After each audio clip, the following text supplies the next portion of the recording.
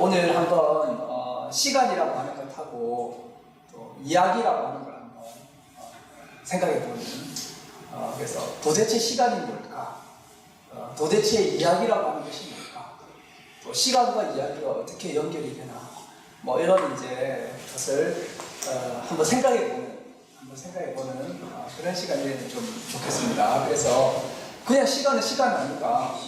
뭐 이야기는 이야기지 이렇게 해버리게 되면 또 그것도 충분히 가능할 거라고 생각이 됩니다. 근데 오늘은 조금 다른 느낌으로 도대체 시간이라고 하는 것은 뭐고 이야기라고 하는 것이 뭘까?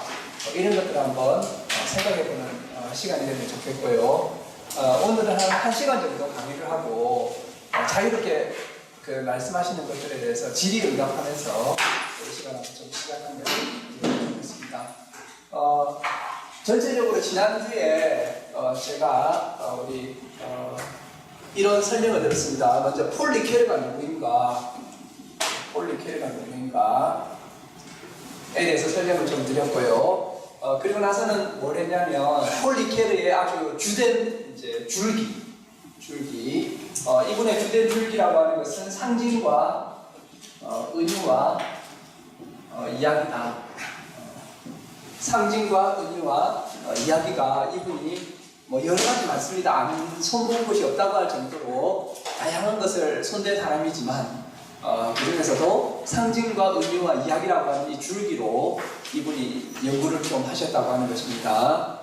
그래서 이제 오늘은 드디어 이분이 쓴 제일 중요한 책 시간과 이야기라고 하는 책을 좀 소개하겠는데요. 세 권을 다 소개하면 좋겠지만 시간도 안 될 뿐더러 굉장히 이렇게 분량이 많고 복잡합니다. 그래서 이 시간과 이야기라고 하는 것이 전체가 4부로 이루어져 있거든요. 그래서 1부가 이제 시간과 이야기고 2부가 이제 역사 이야기, 3부가 허구 이야기입니다. 허구. 주로 소설을 좀 분석했습니다. 소설. 그리고 이제 4부가 이야기된 시간. 그래서 이제 전체를 보시면 이 구조가 이게 이제 1권입니다. 여기까지가 1권이고 이게 2권, 3권입니다. 대략 뭐 1000페이지에 달하는 굉장히 방대한 이제 내용이 있습니다. 그 중에서 오늘 저는 여러분들에게 여기 있는 시간과 이야기, 이게 전체의 서론이고 어떻게 보면 전체를 한번 이렇게 훑어주는 거기 때문에 이것만 잘 들으시면 이 책에서 전체적으로 이야기하는 내용의 개요가 또 나오게 됩니다. 그래서 이 부분으로 좀 이제 소개를 하고자 합니다.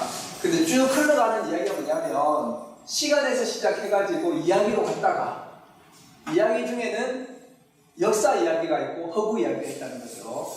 그리고 나서는 이야기를 통해서 시간으로 다시 돌아오게 되는 그래서 시간에서 출발해서 이야기로 갔다가 이야기를 관통해가지고 시간으로 다시 돌아오는 그러한 이제 흐름을 가지고 있다고 하는 것입니다. 그래서 이분의 가장 큰 업적은 원래 철학에는 시간에 대한 논의들이 있었습니다. 시간이 뭘까? 도대체 시간은 왜 있는 걸까?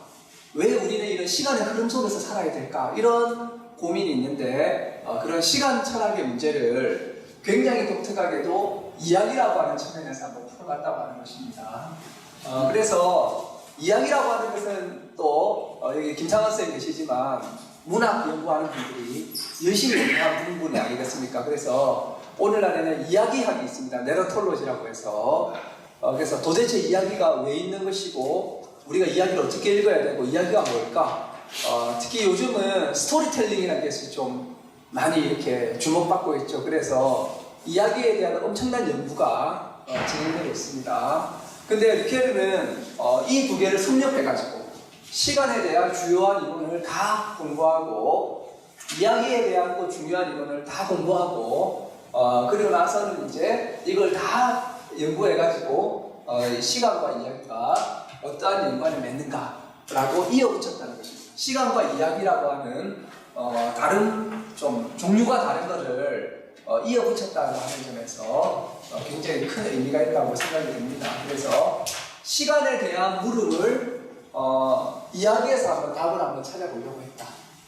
그래서 이야기를 한번 깊게 들어가 보니까 전에는 시간에 대해서 잘 몰랐던 독특한 시간이 또 있더라. 이런 것들을 이제 이야기하려고 이 책을 썼다고 할 수 있겠습니다. 그래서 오늘은 전적으로 여기만 왜냐면 이게 이제 서론이고 또 이 서론에 있는 이야기가 책 전체의 내용을 좀 요약한 거라서 여기까지 좀 한번 소개를 하려고 합니다. 그래서 이제 여기에서 굉장히 중요한 하나의 전제라고 하는데요. 굉장히 중요한 하나의 이제 것이 있습니다.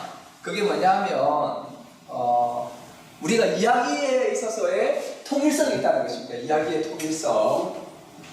이야기라고 하는 것이 인간의 시간하고 아주 밀접한 연관을 맺고 있다고 하는 것입니다. 이야기가 있으니까 이제 우리의 시간이 유의미하게 된다고 하는 것입니다.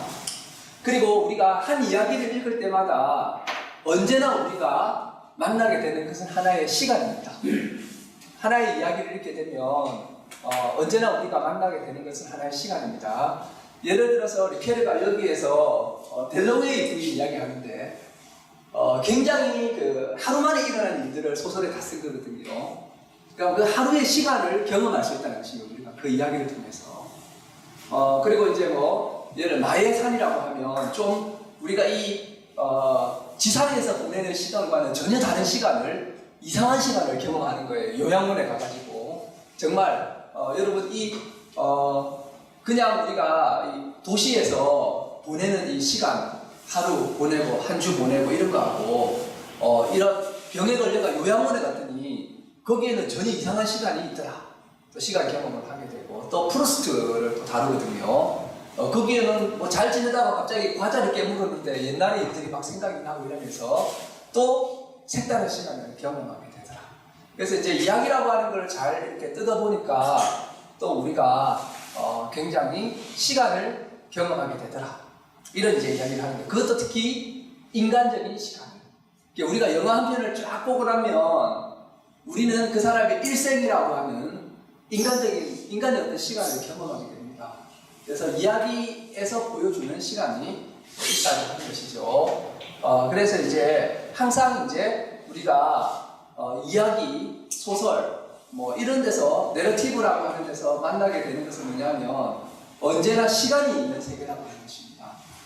그런 시간이 아예 없는 그런 이야기 세계라고 하는 것은 적어도 리케르가 생각하기에는 있지 않다는 것입니다. 영화 중에 혹시 메멘토라고 하는 영화 보셨습니까? 그 영화는 시간이 거꾸로 흘러가요. 이렇게 거꾸로. 그런 시간조차도 인간의 시간이라고 하는 것입니다. 다 읽고 나면 전체가 하나의 시간으로 정리가 되고 배열이 되는. 그래서 어쨌든 우리가 이야기책을 하나 읽고 나면 우리는 언제나 어떤 시간을, 특히 인간의 시간을 경험하게 된다고 하는 것입니다. 그래서 이제 이 두 가지, 이 시간과 이야기의 순환 성격, 시간이 궁금한데 시간이라고 하는 것의 비밀을 풀려고 하면 이야기를 알아야 된다. 이야기를 잘 보게 되면 결국에는 우리가 인간의 시간을 경험하게 된다. 그래서 이제 이것이 바로 시간하고 이야기입니다. 그래서 이제 흔히 우리가 그런 말을 하지 않습니까? 철학을 공부하고 이런 것은 우리가 무언가를 알려고 하는 것이 아니라는 거죠. 오히려 내가 뭘 모르는가를 깨닫기 위해서 우리가 철학을 공부한다 이런 말을 하죠. 오직 모를 뿐. 그래서 이제 어디 철학 강의 갔다가 와서 오늘 뭐 배웠노? 뭘 새롭게 알게 됐노? 이렇게 하면 이걸 알았고 저걸 알았고 이게 아니라 오늘은 너는 어떤 물음이 생겼니? 너는 오늘 뭘 모른다는 걸 알았니? 뭐가 정말 내가 모르는 게 뭔지를 알게 되었냐? 이렇게 이제 질문하는 분이 있다고 하는데요. 그렇게 우리가 정말 시간이라고 하는 것을 안다고 생각하고 있었는데 시간이 뭔지 정말 모르겠고 이야기가 도대체 뭐지? 이야기도 널리고 널린 게 이야기인데 도대체 이야기가 뭐지? 이런 이제 우리가 의문이 생긴다면 우리가 오늘 일개를 만난 보람이 있지 않을까 이렇게 좀 생각이 되고, 특히나 이 두 가지가 또 연결된다는 이 얼마나 놀라운 일인가 이렇게 좀 생각할 수 있을 거라고 생각이 됩니다. 자, 그래서 여기 있는 이 시간과 이야기를 풀기 위해서 이제 여기 있는 이거 1번 이걸 이제 좀 설명을 드립니다. 리케르가 이제 세 가지를 좀 이야기를 하게 됩니다. 먼저 1번, 2번, 3번이 되겠는데요. 1번은 아우구스티누스라고 하는 아우구스티누스 이름도 깁니다. 예, 아우구스티누스의 고백록, 예, 고백록에 유명한 시간을 다룬 부분이 있습니다. 그래서 고백록에서 시간을 다룬 그 부분을 여기서 이제 설명을 합니다. 그래서 이제 굉장히 이제 시간에 대해서 깊이 생각했던 그 아우구스티누스의 고백록, 서양의 고전이죠. 여기에서 이제 시간 이야기를 한번 하고, 그 다음에 또 뭘 보느냐? 아리스토텔레스, 예, 아리스토텔레스의 시학이라고 하는 책에서 이제 이야기를 좀 또 소개를 합니다. 시학이라고 하는 책을 통해서 도대체 이야기가 뭐냐? 라고 하는 것을 소개를 하고, 세 번째는 이제 시간과 이야기를 이야기합니다. 그러니까 나머지 여기 있는 2, 3, 4번은 이 1번을 뻥튀기 해가지고 더 자세하고 더 세밀하게 이제 설명해 놓았다고 하는 것이죠. 그래서 이제 우리가 이렇게 이 세 가지를 보면서 문제로 이제 들어가게 됩니다. 그래서 이제 한 가지가 굉장히 중요한 게 시간의 역설이라고 하는 건데요. 시간의 역설. 그리고 이제 또 한 가지가 우리는 시간이 정말 모르겠다. 시간이 참 이상하다. 시간이라고 하는 것이 도저히 이해가 안 되고 이상한 놈이다. 라고 하는 궁금증 하나 가지게 되고, 이야기는 내가 좀 잘 이해할 수가 있다. 이야기는 내가 좀 이해할 수 있다. 이 사이에서 전체적인 입구가 나오게 된다고 하는 것입니다. 그래서 이제 여기에서 이 아우구스티누스는 시간을 좀 공부를 해가지고 시간이 어떠냐면 끊임없이 불협화음을 일으킵니다. 불협화음. 시간이라고 하는 건 불안해요. 시간이라고. 시간은 언제나 깨어지고, 시간은 언제나 찢어지고, 시간은 언제나 긴장이 탁 돼가지고, 언제나 막 흔들리고 이런 거라는 거죠. 그래서 이제 굉장히 조화로운 것 같은데도 시간은 굉장히 불협화음을 준다는 것입니다. 반면에 이야기라고 하는 것은 굉장히 흩어져 있는 것 같은데 이것을 다 모아둔다고 하는 것입니다. 그래서 이것이 이제 리켈의 관심을 끌었다는 것입니다. 이것은 불협화음 중에서도 그래도 화음을 이루고 있다. 시간은 이상하게 불협화음을 일으키고 있고, 이야기는 이상하게 화음을 일으키고 있다. 그래서 이 불협화음과 화음의 관계가 리켈가 중요하게 보았던 하나의 부분입니다.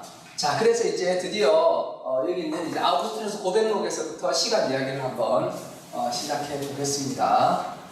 그래서 이제 먼저 아우구스티누스는 시간이란 무엇인가 라고 이렇게 이야기를 하는데, 그때 유명한 이제 이야기를 하나 합니다. 사람들이 나에게 시간이 뭔데? 라고 묻기 전에는 나는 시간을 알고 있다고 생각을 했습니다. 그런데 사람들이 나에게 시간이 뭔데? 라고 물으니까 나는 시간이 뭔지 모르게 되었습니다. 갑자기 시간을 모르게 된 거예요. 그래서 제가 아는 이제 그 아주머니가 한 분 계신데, 자기 딸이 학교를 갔는데 시계를 못 봐가지고 시계를 못 읽어서 아이들이 이제 선생님께 야단 맞고 울고 왔던 적이 있다고 하는 겁니다. 걔도 이제 사실 시간을 모르는 건데, 여기에서 시간을 모른다고 하는 것은 시계를 못 본다는 말이 아닙니다. 내가 멀쩡히 시간을 알고 있고, 저 오늘 여기 오기 위해서 열심히 이렇게 7시 맞춰 왔습니다. 이 시간, 이걸 모른다는 것이 아닙니다. 그냥 도대체 시간이 뭔지를 모르게 됐다는 것입니다. 그래서 우리가 먼저 이 리케르가 하는 말을 잘 이해를 하려면 이 궁금증을 우리가 느껴야 됩니다. 도대체 시간이 뭐냐? 이렇게 이제 이야기를 해야 된다는 것입니다. 그래 특별히 이 아우구스투스는 시간이라고 하는 것을 영원이라고 하는 것하고 좀 대립해서 생각을 했습니다.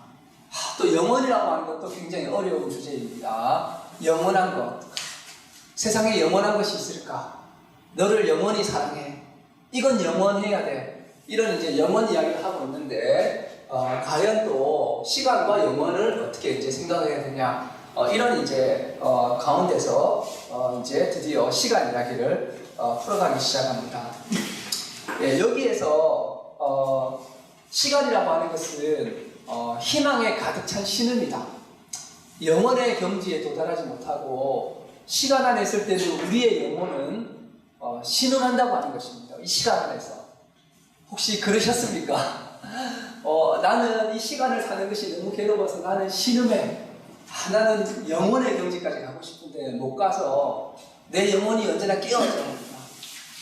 이런 이제 고민해 보셨다면 굉장히 이제 깊은 이런 이제 영혼의 고민과 영성적인 측면까지 가신 것이 아닐까 싶습니다.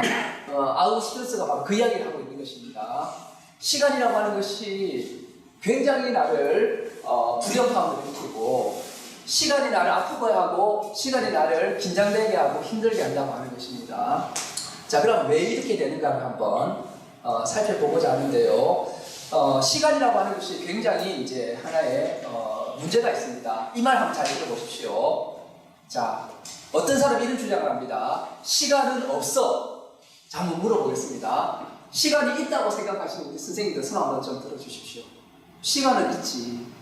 편하게 하면 그냥 저도 잘 모릅니다. 그냥 우리 이야기를 한번 풀어나가려고 합니다. 시간은 있어. 예, 감사합니다. 시간은 없어. 시간 없어. 예. 한 분 계십니까? 예. 감사합니다. 예. 시간은 있다는 주장이 많은데 또 굉장히 의심을 잘하는 분들이 있습니다. 이런 분들은 또 사실 시간이라고 하는 것은 없어 이렇게 주장한다는 거죠. 자, 왜냐하면 이렇게 시간이 없다고 하는 사람들의 주장의 근거는 이렇습니다. 자, 한번 보십시오. 미래 있습니까? 미래. 저에게 한번 미래를 한번 보여주십시오. 미래는 아직 오지 않았죠. 그럼 과거 한번 보여주십시오. 과거. 과거는 지나갔지 않습니까? 저에게 2016년 오늘 2016년의 오늘을 나에게 한번 보여주십시오. 어딘 없잖아요. 어디에도 지금의 우리 이 공간에는 2016년이라고 하는 것은 없습니다. 그리고 2018년도 2018년도 없고 우리 2017년에 오늘 여기를 이렇게 이제 살고 있죠. 심지어는 어제도 없고 내일도 없다. 그리고 더 문제는 지금이라고 하는 것은 지나가 버린다는 것입니다. 제가 여러분께 지금 하는 순간 이건 과거로 확 지나가 버린다는 거죠. 그러니까 시간이라고 하는 것에서는 현재, 과거, 미래가 있는데 과거는 사라져서 없어요. 미래는 아직 안 와서 없어. 그러면 현재는 지나가 버릴 거 없어. 그럼 과거, 현재, 미래가 다 없네요. 그러면 시간은 없는 거야. 이래 주장하면 그래도 시간 있잖아요. 제 시계도 있고 시간 있습니다. 이래 말하면 네가 철학적으로 생각을 못하고 느낌으로 살아서 그래. 이래 말하면 갑자기 말이 옹색해질 수가 있죠. 그래서 이제 회의적인 사람들이 이렇게 이야기를 한다는 겁니다. 시간은 없어. 과거는 사라졌고 지나가서 미래는 아직 안 왔고 현재는 지나가 버려. 시간은 없어. 이렇게 이제 주장한다는 것입니다. 하지만 우리가 살아갈 때 시간이 있죠. 오늘 우리는 7시에 만나기 위해서 이렇게 와 있고 또 하루가 있고 또 1년이 있고 2017년이 있고 이렇게 이제 우리가 또 시간 속에서 살아가고 있다는 것입니다. 그래서 이제 어떻게 보면 시간은 언어에만 있느냐, 도대체 시간이 있다면 어디에 있는 거지? 라고 하는 이제 사실 물음까지 우리가 가게 된다는 것입니다. 시간은 어디에 있는 것일까요? 라고 하는 문제가 우리에게 대두되게 된다고 하는 것입니다. 그런데 이제 사실은 아까 우리가 여기에서도 선생님들께서 한 분은 시간이 있다고 해주셨고 한 분은 없다고 해주셨는데 이렇게 시간이 있는지 없는지가 굉장히 우리가 있다면 또 어디에 있는지 어떻게 있는지 이것에 대해서 우리가 굉장히 설명하기가 어려움이 있다고 하는 것입니다. 자, 그러면 우리가 시간을 측정할 수 있을까? 자, 제가 아까 여러분들에게 오늘은 저는 1시간만 강의를 하고 30분간은 우리는 질의응답을 받겠습니다. 이렇게 하면 측정이 된 거 아니냐 이렇게도 할 수 있는 거죠. 근데 과연 아까도 말했듯이 측정이라고 하는 것이 있어야 측정을 할 건데 그렇게 없다고 한다면 어떻게 이제 측정할 수가 있겠는가? 측정도 안 돼요. 시간이 없으면 시간이 없는 건 측정도 안 되니까 측정도 안 된다는 것입니다. 사실 또 우리가 100년, 2017년 이렇게 말하지만 과연 이게 서기 0년에서 2017년이다. 이 간격이라고 하는 것이 과연 존재하는 것일까? 아까도 말했듯이 지금 우리가 지금도 없지만 우리가 지금 누리고 있는 것은 이제 2017년이라고 하는 2000년에 걸친 시간이 아니라 어떻게 보면 우리가 지금 알고 있는 시간은 오늘 지금 여기 이 시간밖에 없다고 하는 거죠. 그래서 이것마저도 사실 사라지기 때문에 시간이라고 하는 것은 있지도 않고 측정되지도 않는다. 그리고 또 하나 이제 아까도 말했듯이 현재가 공간이 없다는 것입니다. 현재가 어디에 있는가? 이런 이제 여러 가지 이런 이제 질문 가운데서 그래도 우리가 시간의 간격을 가지고 측정하고 안다라고 아우구스티누스는 이야기를 하고 있습니다. 그래서 이제 이런 이제 고민을 하다가 아우구스티누스가 드디어 이제 더 기도를 합니다. 이 고민이 생겨가지고 도대체 시간이 있는 거야, 없는 거야?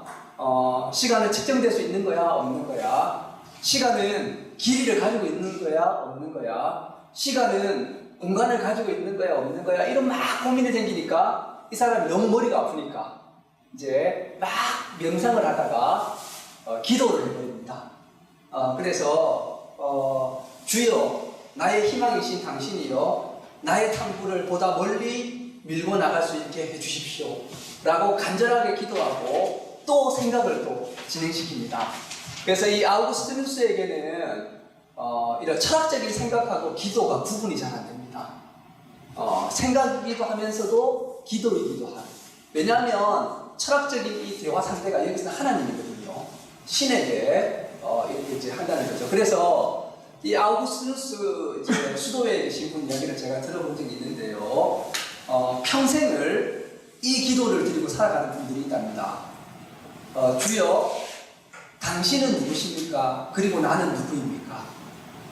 이제 거의 불교에서 말하는 화두나 다름없죠. 당신은 끝없이 묻는다고 합니다. 앞에서 앉아가지고 당신은 누구십니까? 나는 누구십니까?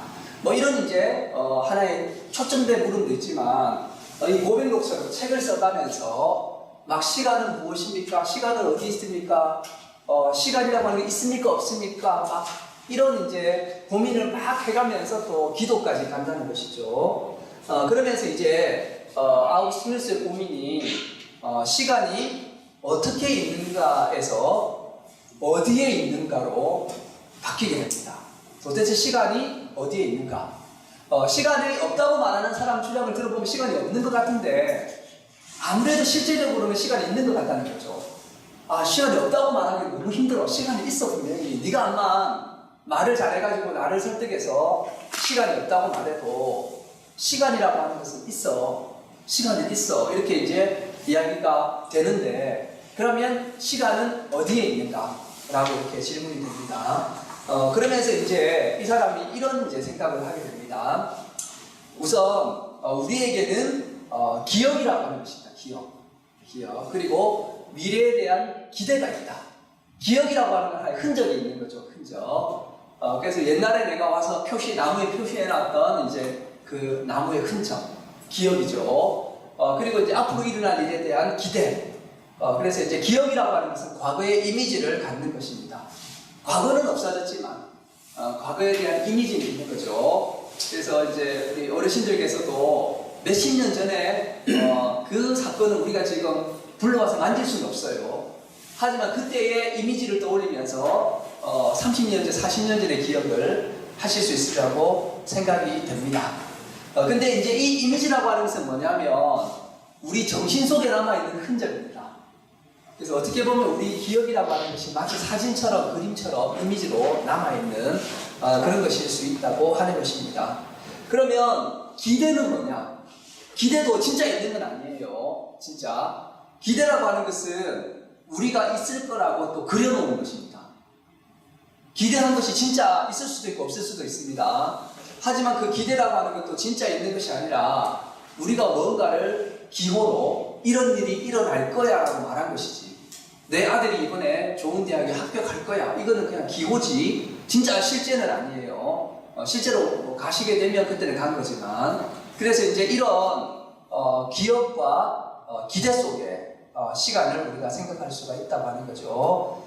그래서 이제 여기에서 이제 이 세 가지를 생각하면서 시간이 어디에 있느냐, 현재가 있고 과거의 기억이 있고 미래의 기대가 있는데, 지금 이제 여기에서 이제 기억과 기대라는 말에서 뭐 어떤 생각이 드십니까? 기억과 기대. 자, 앞에서는 그런 말을 했죠. 과거와 미래라고 하는 말을 했었죠. 과거와 미래라고 하면 이것은 굉장히 시간인데, 기억과 기대 이렇게 하니까 뭐하고 연관이 됩니까? 바로 마음, 정신 이런 거하고 연관이 되죠. 정신. 그래서 이제 아우구스누스가 이런 이야기를 합니다. 시간은 있다. 어디에 있는데? 사람의 정신이라고 하는 준 공간 속에. 실제적인 공간은 아니고 공간 비슷한 곳에 시간이 있다. 한마디로 아우구스누스는 시간이라고 하는 사람의 마음 속에 있다고 봤습니다. 우리가 이 말을 하기는 좀 쉬울 것 같습니다. 시간이라는 것은 시계에 있는 것도 아니고, 시간이라고 하는 것은 내 마음에 있어 라고 말하기는 쉬운데, 실제로 그렇게 되면 세상을 보는 눈이 완전히 달라져 버리는 거죠. 아이고야, 알고 보니까 시간이 따로 있는 게 아니라 시간은 내 마음속에 있더라. 내가 기대하고 기억하고 기대하니까 시간이 있는 거야 라고 해버리게 되면 시간은 나의 심리적이고 마음에 속한 어떤 것이 되어버리게 된다는 것입니다. 그렇게 되게 되면 시간이 실제로 이 컵처럼 있는 것은 아니고, 시간은 내 마음에 하나의 이미지와 기호로서 이렇게 이제 시간이 있다라고 하는 것입니다. 자, 그래서 여기에서 이제 시간이라고 하는 이 중공간을 이야기하면서 이렇게 이제 이야기를 하는 거죠. 이런 이제 한마디로 제가 한번 생각을 해보겠습니다. 우리가 저 시계하고 하루를 정하는 것은 주로 뭐하고 좀 연관이 되어 있습니까? 우리가 하루 24시간 보통 이렇게 이야기할 때는 주로 뭐하고 연관이 되어 있습니까? 이제 해하고 연관이 되어 있죠. 해가 떴다가 지는 거죠. 그러니까 해가 떴다가 지는 건 우리 눈에 그런 것이고, 실제로 지구가 도는 것이죠. 자, 근데 한번 생각을 해보겠습니다. 지구가 지금보다 2배 느리게 돌아요. 만약에. 그러면 하루가 더 길어지겠죠. 그러면 우리가 그런 천체의 운동으로 시간을 규정하게 되면 그 시간이 과연 정말 시간이 될 수 있을까요? 지금 우리가 이렇게 살면 시간 측정이 잘 안 됩니다. 예를 들어서 완전히 우리가 어떤 밀폐된 곳에서 빛이 완전히 계속 있는 상태에 있다면 우리가 그런 상태에서 오랫동안 있으면 우리가 언제까지 보내는지 알 수가 없어요. 그러면 그러니까 우리가 시간이 이상하게 흘러간다는 생각을 하게 될 수 있습니다. 아니면 동굴 같은 데서 막 한 달 정도 살아버리게 되면 언제가 언제인지 우리가 그 시간을 파악하기 어렵게 되는 거죠. 시계 없이. 그래 되면 우리가 보통 말하는 시간이라고 하는 것은 해가 떴다 해가 지니까 그걸 우리가 시간이라고 했는데, 아우구스누스는 그렇게 보지 않았다고 하는 것입니다.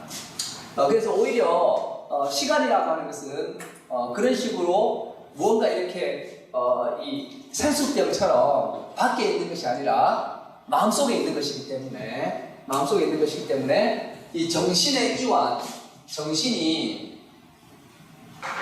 퍼져나가가지고 이렇게 쫙 조여졌다가 풀려가지고 정신이 풀리는 바람에 생긴 것이 바로 이런 이제 시간이라고 할 수가 있다고 하는 것입니다.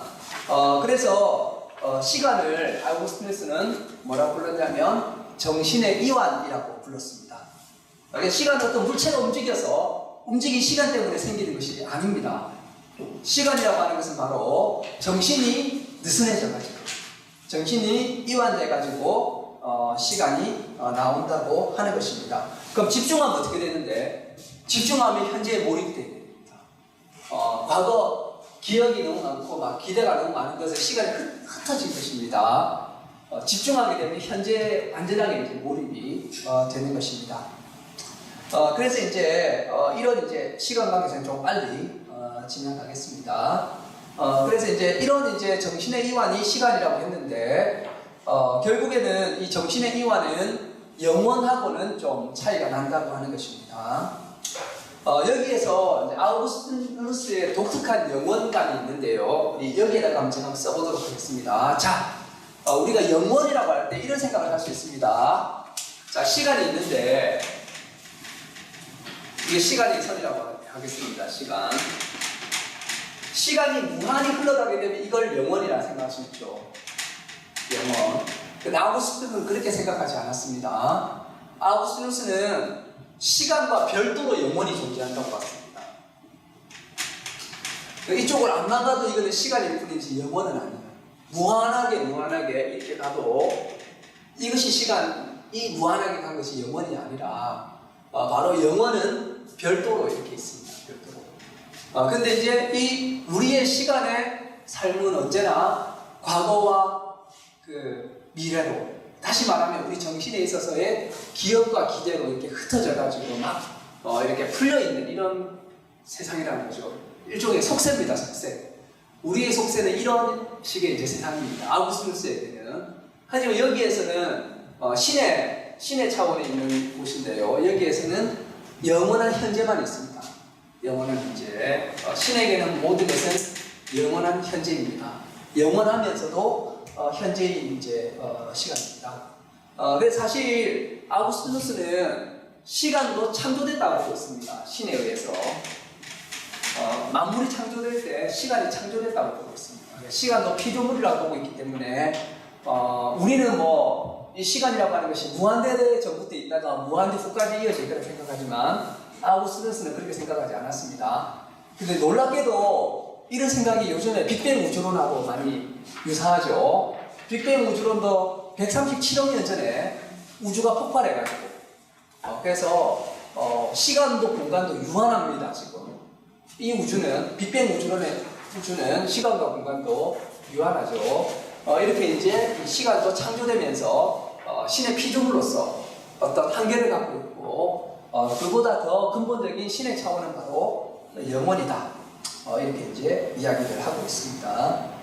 그래서 하나님의 시간, 신의 시간은 동시에 존속하고 있고 그래서 이제 저기에서는 이제 과거나 미래를 말할 필요가 없어요. 모든 것이 동시대간적으로 동시적으로 존재하고 있기 때문에 영원의 존재로 있는데 시간이라고 하는 것은 이러한 이제 분열과 분산과 이런 깨어짐과 흩어짐 속에서 우리가 이 시간을 살고 있다고 하는 것입니다. 정신도 균열되어 있습니다. 그래서 우리가 사실은 또렷한 정신을 못 가지고 언제나 정신이 풀려가지고 정신이 나뉘어져가지고 언제나 이제 정신이 깨어져서 사는 거죠.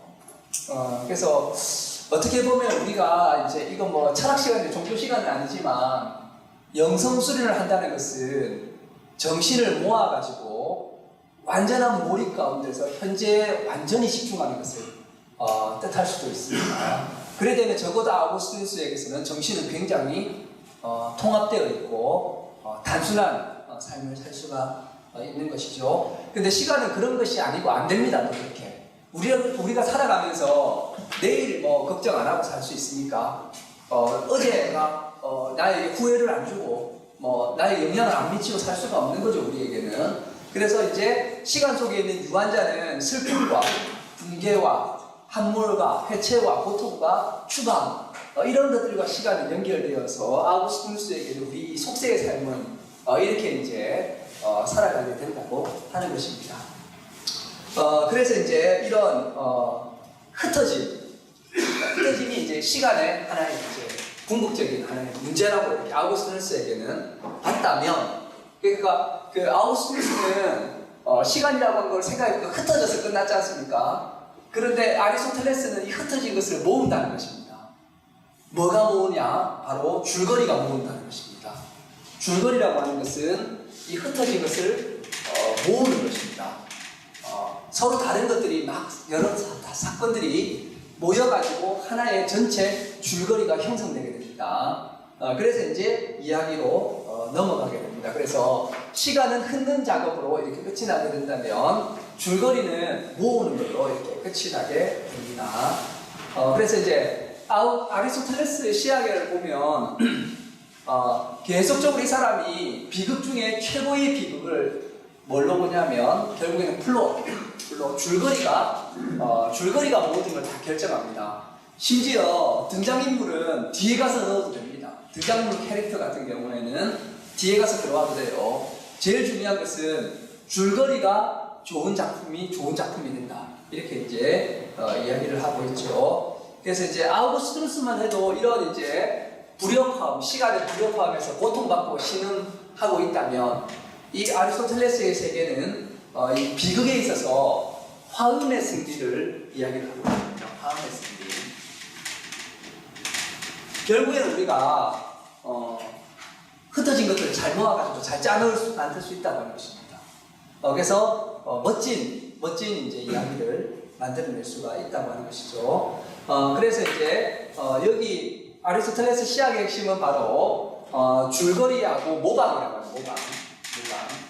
이 모방을 이제 그리스어로 미메시스라고 합니다. 미메시스. 그리고 줄거리를 미토스라고 부릅니다. 미토스. 그래서 이제 이 미메시스 된 것이 이 미토스를 잘 이루게 되면 한마디로 우리가 모방한 것이 잘 이렇게 이제 연결이 돼가지고 하나를 잘 만들게 되면 그렇게 되면 이제 좋은 작품이 되는 것입니다. 자, 그래서 우리가 알아야 되는 것이 있죠. 자, 우리가 TV를 한번 봅시다. TV 자체는 사실은 우리 여기 스크린도 있지만 2차원 면이고 완전히 이미지입니다. 근데 우리가 볼 때 그걸 사실처럼 보죠, 사실은. 드라마 보면서 저도 우리 장모님과 열심히 드라마를 보고 있습니다. 행복을 주는 사람. 보면서 막 장모님께서 막 어떻게 자기 아들을 버려두고 막 저렇게 엄마가 딴 일을 할 수 있냐 막 흥분도 하시고 막 마치 실제 그 일이 일어난 것처럼 그걸 보시죠. 근데 이제 그렇게 된 것은 뭐냐면 그분들이 흉내를 잘 냈어요. 흉내. 이걸 뭐라고 하냐면 모방 미메시스라고 합니다. 미메시스. 그래서 저것은 우리 눈에 실제 있었고 있음직한 것을 흉내내가지고 무언가 이렇게 모방을 한 것이고요. 플라톤이나 아리스토텔레스에게는 예술이라고 하는 건 딴 게 아니라 모방입니다. 모방. 누가 그림을 잘 그렸다는 말은 뭘까요? 모방한 거죠. 그래서 여기 있는 이 생수병이 있는데 내가 그림으로 그렸다는 모방한 것입니다. 사실 사진도 모방이죠. 여기 있는 거를 찍어가지고 거기에 색을 입혀서 놔둔 것이 바로 사진입니다. TV도 모방이고, 영화도 모방이고, 그리고 모든 예술 작품들을 미술도 모방이고, 다 모방이라고 할 수가 있겠습니다. 자, 그래서 여기 나와 있는 줄거리 미토스라고 하는 것은 이런 모방된 사실을 배열하는 것, 어떻게 잘 배열하고 완성도 있게 배열하는가가 바로 비극의 가치를 가져가는 것입니다. 그래서 비극에 있어서 좋은 비극은 아주 필연적이고 개연적이고 그리고 반전이 있는 그런 이제 비극이 좋은 비극이다. 이런 이야기를 하고 있습니다. 그래서 아리스토텔레스는 비극에 있어서 6개의 요소를 굉장히 중요하게 생각하거든요. 줄거리, 성격, 표현, 사태, 공연, 노래 이런 것들이 다 중요한데 그 중에서도 제일 중요한 것은 바로 행동을 모방해서 잘 배열하는 것. 이것을 이제 제일 중요하게 생각합니다. 한마디로 아리스토텔레스에게서 이야기라고 하는 것은 뭐냐? 한마디로 말하면 줄거리입니다. 이 줄거리가 이야기를 거의 등뼈처럼 이렇게 구성하고 있는 핵심이라고 하는 것입니다. 자, 그래서 오늘날에도 이제 이야기를 공부하는 사람들은 아리스토텔레스처럼 줄거리를 강조하는 사람들이 많이 있습니다. 자, 그런데 이제 문제는 뭐냐면 아리스토텔레스가 이렇게 줄거리를 잘 연구하신 분이 뭘 소홀히 했느냐? 바로 이 줄거리가 만들어내는 시간을 소홀히 했다는 것입니다. 내가 만약에 6달짜리 이야기를 하게 되면 그 6달 사이에 시간이 경험되는 거죠. 우리가 허구적이지만 예를 들어 조선왕조 500년을 다루면 우리가 500년이라고 하는 이야기 시간을 경험하게 됩니다. 그런데 아리스토텔레스는 그런 줄거리가 주는 시간적 차원을 고려하지 않았다고 하는 것입니다. 그래서 어쨌든 그러나 줄거리에 있어서는 이제 하나의 화음이 있다는 사실에 대해서 아리스토텔레스는 이 줄거리라는 걸로 불협화음의 세계를 화음으로 묶어냈다고 이야기를 하고 있습니다. 한 15분 정도 더 좀 설명을 드리겠습니다. 그러면서 이 아리스토텔레스는 이 미토스 이야기를 하다가 이 미메시스라고 하는 모방의 문제로 다시 되돌아오게 됩니다. 이 모방을 이분은 이제 세 가지로 이제 설명을 하는데요. 이게 바로 그 유명한 미메시스 1, 2, 3이라고 하는 것입니다. 미메시스 1, 2, 3. 제가 지난주에도 살짝 이렇게 설명을 해드렸는데, 미메시스라고 하는 말은 모방이라는 말입니다. 미메시스는 모방이라는 말이고요. 모방 1, 2, 3이 있는데 제일 중요한 것은 모방 2가 제일 중요합니다. 모방 2. 이것을 이제 흔히 형상화라고 해요.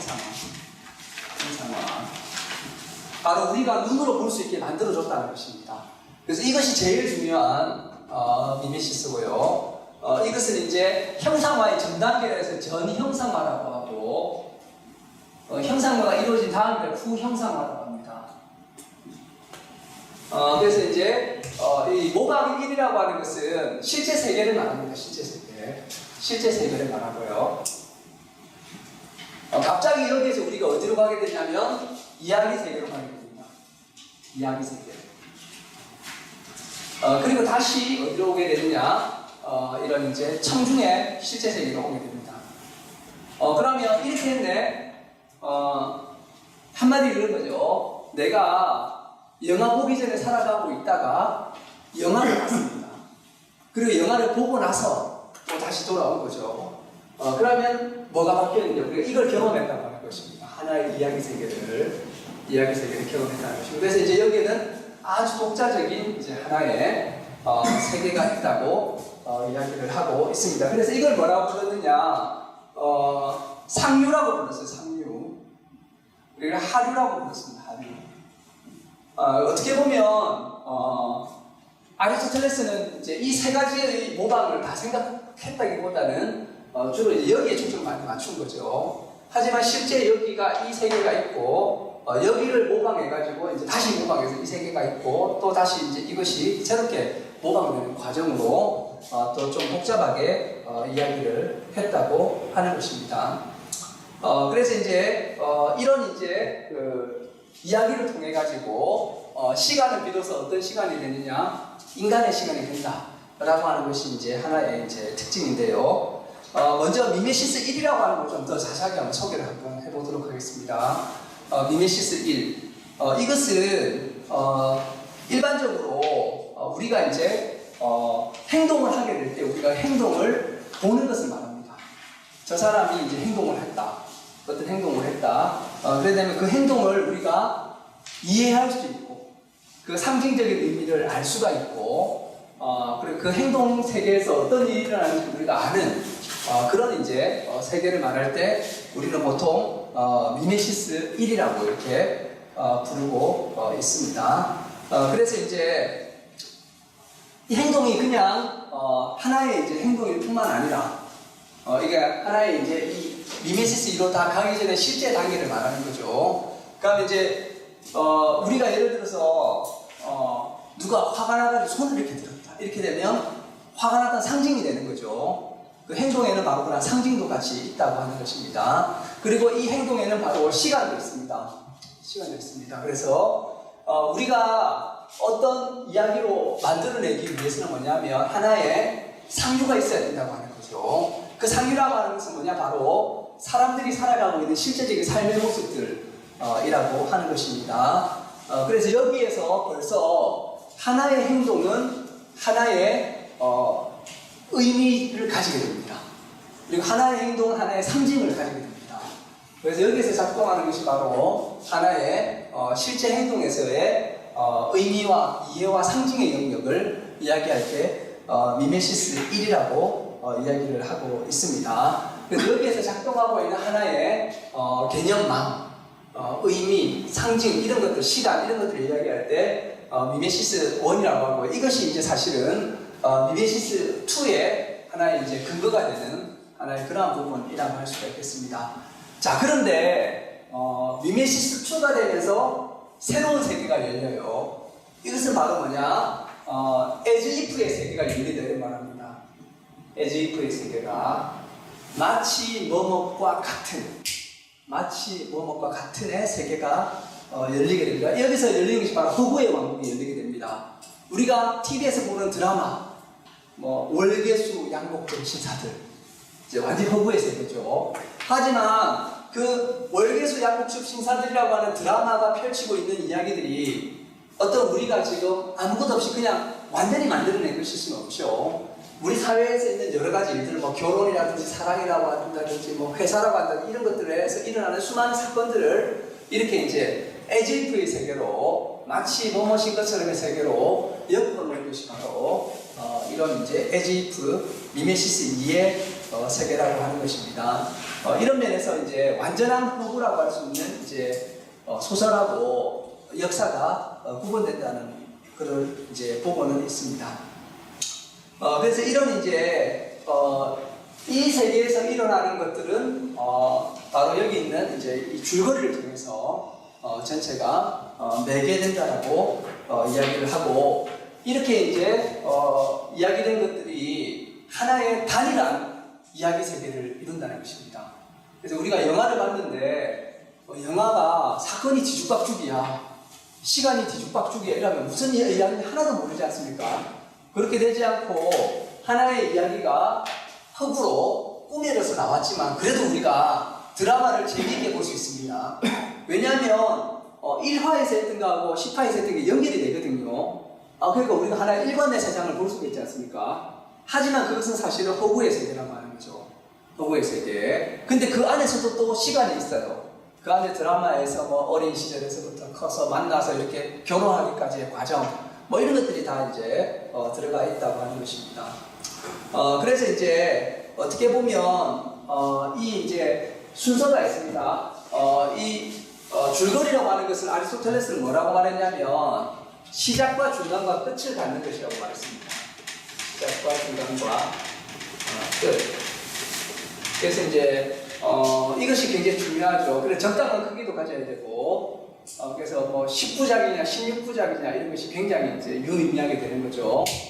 그래서 이런 이제 시작과 중간과 끝을 가지고 줄거리를 통해 가지고 다양한 것들이 하나의 매개되는 것이 중요하고, 이렇게 되면 뭐가 되느냐, 여기에서 바로 이야기의 시간이 나온다고 하는 거죠. 이야기의 시간. 그럼 이 이야기의 시간은 뭔데? 바로 이야기의 시간은 인간적인 시간입니다. 인간적인 시간입니다. 자, 우리가 시간으로 다시 이제 돌아가려고 합니다. 시간으로 돌아가게 되면 이제 그 시간 관계상 제가 이제 미메시스 3 이야기하고 이제 시간으로 돌아가는 이야기를 하도록 하겠습니다. 미메시스 3은 바로 이것을 받아들이는 청중의 세계입니다.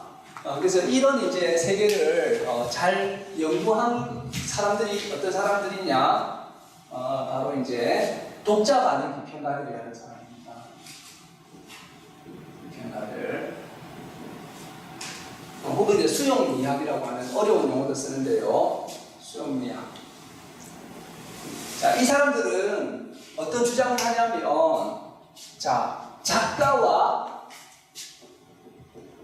작품과 독자가 있다면, 독자나 이제 청자, 청중이 있다면, 누가 제일 중요할까요? 이 사람들은 당연하게 이 사람들이 중요하다고 하는 것입니다. 그전에서는 작가가 중요하다고 생각했고, 작가 필요 없어, 작품만 잘 보면 돼. 하지만 아니라는 것입니다.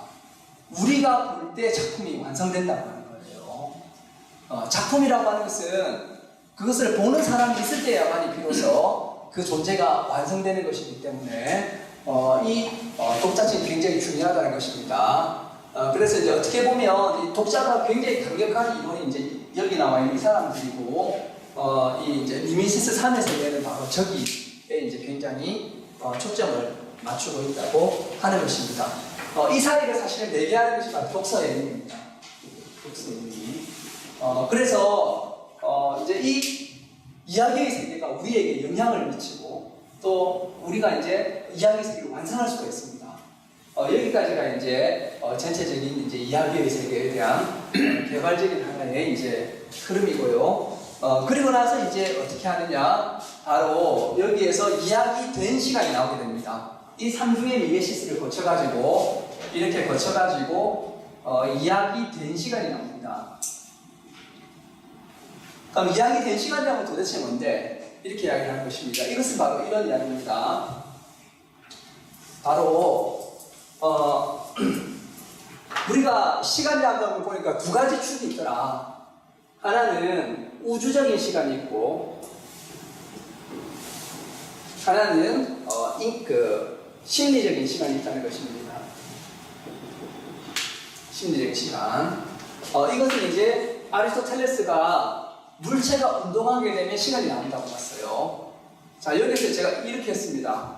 그러면 이까지 오는 동안에 시간이 나오게 된 거죠. 그래서 물체의 운동에서 시간을 보았던 아리스토텔레스의 시간이 있고, 아까 아우구스투스가 생각이 됐던 시간이 있죠. 정신의 이완. 정신이 현재만 생각하는 것이 아니라 저 과거의 기억도 갖고 있고 미래의 기대도 갖게 되면 정신이 분열돼가지고 정신이 풀어져가지고 막 서로 긴장하게 되는 상태, 영혼의 불협화음, 이런 걸 다루는 심리적인 시간은 바로 이 아우구스투스의 시간입니다. 이게 아리스토텔레스의 시간이고, 이 사이에 뭐가 있느냐? 바로 인간의 시간이 있습니다. 여기에 여기 달력도 있고 뭐가 많습니다. 계속 그건 다 할 수가 없고요. 여기에 뭐가 있느냐? 바로 인간의 시간, 이야기된 시간이 있습니다. 그러면 이 중에서도 이 인간의 시간 여기에 있는 것은 역사 이야기예요. 주로 역사 이야기고, 좀 더 심리적인 게 가깝게 되는 것이 뭐냐? 바로 허구 이야기입니다. 허구 이야기. 여기에 가까운 것이 허구 이야기입니다. 그리고 이 허구 이야기는 허무맹랑한 이야기가 아니에요. 허구 이야기는 바로 가능세계의 이야기입니다. 가능세계의 이야기입니다. 그래서 이제 이런 관점에서 결국에는 리케르는 결국에 도달한 것은 바로 이야기된 시간, 바로 인간의 시간, 바로 역사 이야기와 허구 이야기를 통해서 가지게 된 우리 인간만이 가지고 있는 인간적인 시간이라고 하는 것입니다. 그럼 이 인간적인 시간을 통해서 이 이야기를 통해서 뭘 얻게 되느냐? 이야기적 정체성을 얻게 됩니다. 정체성. 바로 우리 인간이라고 하는 것의 나라고 하는 것은 바로 이러한 이야기와 이러한 시간을 통해서 만들어진 나라고 하는 것입니다. 그래서 나라고 하는 것은 우리가 나를 어디서 찾을 수 있을까요?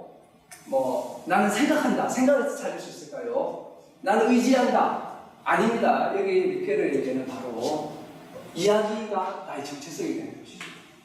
이것이 바로 여기서 말하는 이야기적 정체성까지 가게 됐습니다. 그래서 리케르가 시간과 이야기를 공부해가지고 시간의 문제를 다 풀었다는 것도 아니고 이야기의 문제를 다 해결했다는 것도 아닙니다.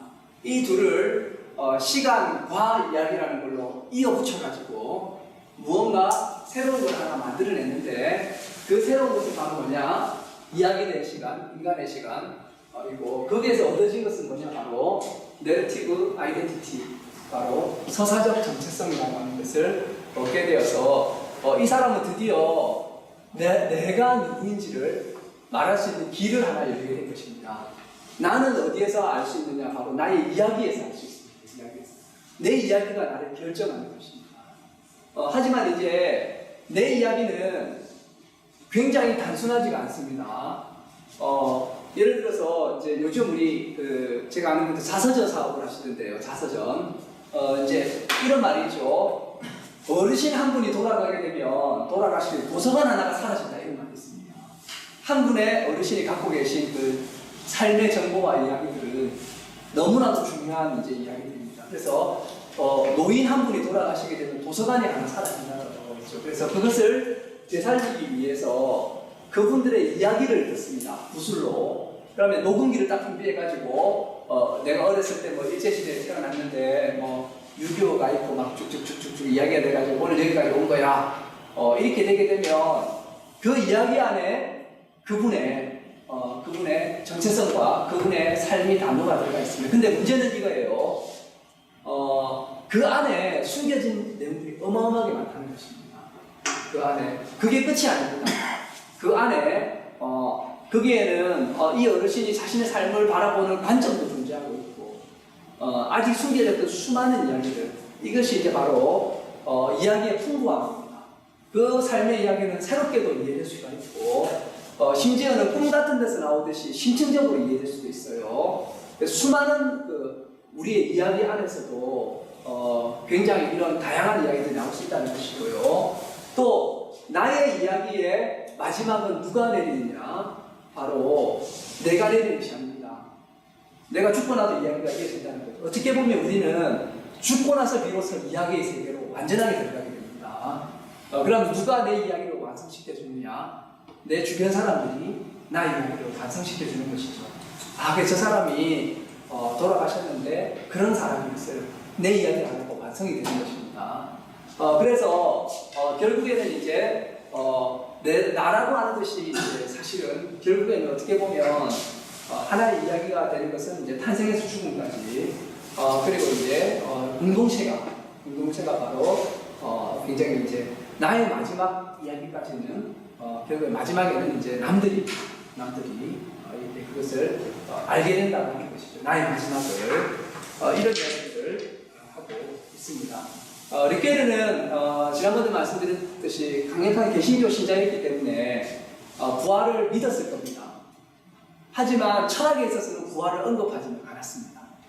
철학이 그것까지 할 수는 없다는 거죠. 철학은 철저하게 철학적인 정신으로 하고 개인적으로 아마 그런 신념을 가지고 있지 않을까 이렇게 생각을 해봅니다. 그래서 이제 약속된 시간이 다 되어가는데요.